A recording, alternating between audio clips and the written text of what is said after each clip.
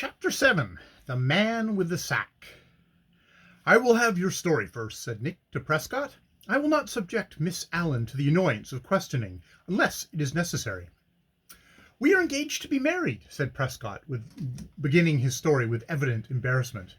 "And the course of love, true love, does not run smooth," said Nick with a smile.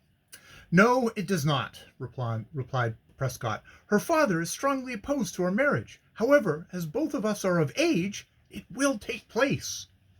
We have been obliged to meet secretly, and we have frequently walked in the evening in the grove back of St. Agnes's Hospital. We were there Monday evening, and we remained much later than we should have done. We had many things to talk about. It must have been midnight when we left the place. As we were walking slowly up one of the paths, we became aware that a man was approaching from behind us.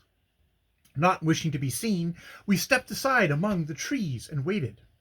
The man came up the path, and by the moonlight which struggled through the branches of the trees, we saw that he was carrying a great sack. I instantly suspected that some crime was afoot. My first thought was that this was a grave robber carrying a body. I supposed that he had brought the body to the shore of the river in a boat and was carrying it to one of those doctors in the hospital. We allowed him to pass us, and then we followed him. He went to the wall surrounding the hospital grounds. Choosing a place where there is a bank of rubbish against the wall, he lifted the sack to the top. Then I knew that it could not contain a dead body." "How did you know that?" asked Nick. "Because he lifted it so easily. What was in the sack I do not know, of course. There was some crooked business about it, I have no doubt, but there was not a body that he had there, because, by the way he handled it, I saw that it could not weigh over 50 pounds, and the sack was too large to have only a child's body in it." "What did you do?" "We watched him lay the sack on top of the wall, and then climb up. He dropped the sack into the garden, and then let himself down from the wall. We paid no further attention to the matter. It made Margaret very nervous, but I proved to her by the weight of the sack that her suspicions regarding its contents were unfounded." "Did you know the man?" asked Nick. "I hardly like to answer the question." "Why not?" "I'm afraid of doing somebody an injustice." "You have a suspicion, then?" "I have." "Was the man Dr. Jarvis?" "I cannot say. I do not know him." "But his dress?" "I see that it is useless to try and conceal anything from you," said Prescott. "The man wore the peculiar cap and dressing gown, which everybody knows for the doctor's." "There is no doubt of it," said Miss Allen. "It was Dr. Jarvis." "I thank you very much for your evidence," said Nick. "But why do you want it?" asked Prescott. "I have heard a rumor that Patrick Deaver has disappeared. This is his brother's house. Is the doctor suspected of having murdered him?" "He is," said Nick. "Then I see the bearing of my story upon the case. But I assure you that the bag did not contain Patrick Deaver's body. It was too light." Prescott spoke with decision. Out of the corner of his eyes, Nick could see Chick struggling with this phase of the evidence. Chick was too good a detective not to know that one little fact of that kind is worth 100 that lie too near the surface. "You can do me only one more favor," said Nick, addressing Prescott and Miss Allen. "Do not, under any circumstances, mention what you have seen without my permission." "You can trust us for that," said Prescott with a smile. "We are by no means anxious to have our connection with this affair made public." The two witnesses withdrew, leaving Nick and Chick together. They were silent for several minutes, and then Nick said, "Well, Chick, the chain is complete." "It is," was Chick's reply. "And all my experience, I have never seen a plainer case made out against any man." "You mean from a jury's point of view?" "Certainly." "What do you think of it?" "I wish you'd tell me just what you think of it, Nick." "I guess we shouldn't be found to differ a great deal," said Nick with a smile. "This is my view. But hold on, here comes Deaver." Indeed, Deaver was at that moment entering the house. He was accompanied by a young man of a very unpleasant appearance. To Nick's eye he seemed a born thief.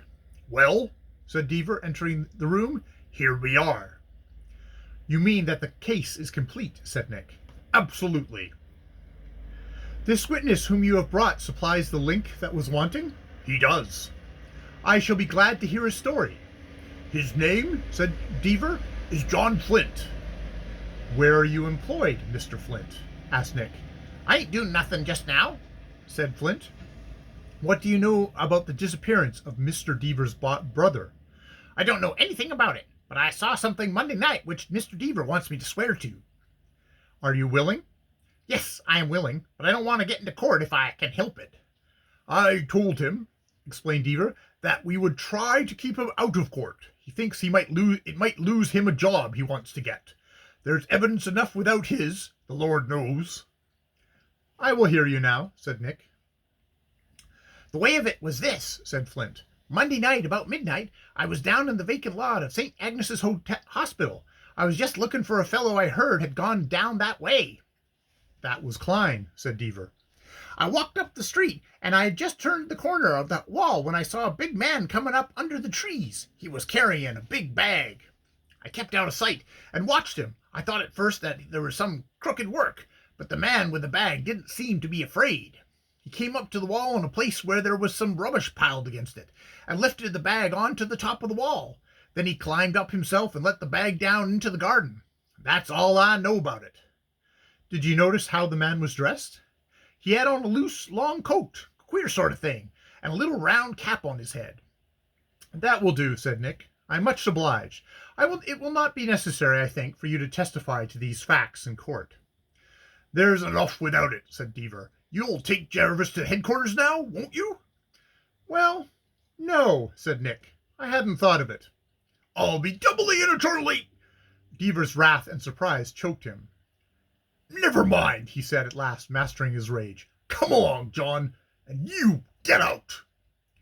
With all the pleasure in life, said Nick, quietly walking towards the door. Chick had slipped away at Deaver's approach. Nick met him outside. What did Deaver's witness say? Asked Chick. He told exactly the same story as Prescott. I'm surprised to hear it. Why? Prescott, in my opinion, told the truth. So I believe. And Deaver's man, I got a glimpse of him, struck me as a liar in the first degree. I took him for a man Deaver had hired in order to hurry up his vengeance on Dr. Jarvis. But, as they told the same story, and Prescott can have no connection with Deaver or the other man, it must be true. Right, but the meaning of it? Chick paused. Suddenly a flash came from his eyes. I have it, he cried. That's good, said Nick. Now, if you'll follow Deaver, I'll go back to Dr. Jarvis. Accordingly, Nick hurried home. He found Jarvis in a state of great mental anguish. It's an extraordinary fate, he cried as soon as Nick appeared, which has twice brought these Deavers into my life to make me miserable. You've had to do with them before? Asked Nick. Yes, and in a way that is beyond belief. Explain yourself. This man, Lawrence Deaver, said the doctor, with a groan, had the incredible presumption to make love to my daughter. Nick could not help smiling. What did you do about it? He asked. I sent him about his business in a hurry. Was that all? No, I'm ashamed to say it. There's no possible way of accounting for the conduct of women. My daughter actually took this fellow's part. But nothing came of it? No, sir. I am master of my own household. So your daughter really loved this man? No, it was her obstinacy. They became acquainted in some way that I don't know how. The fellow called at my house. I made my daughter promise never to speak to him, but it was the most unpleasant affair throughout. I thought Deaver would murder me. It seems strange, perhaps, that I should speak of it in the midst of the terrors that surround me, and yet I can't help thinking of the whole affair as one freak of fate. And now tell me the truth about his brother and yourself, said Nick earnestly. I will, replied the doctor. At this moment, a messenger was announced. Nick knew the matter must be of the greatest importance, or he would not have been interrupted in his conference with his prisoner. It proved to be a message from Superintendent Byrnes, asking Nick to come to his house. It proved to be a message from Superintendent Byrnes asking Nick to come to his house as soon as he could. End of chapter 7.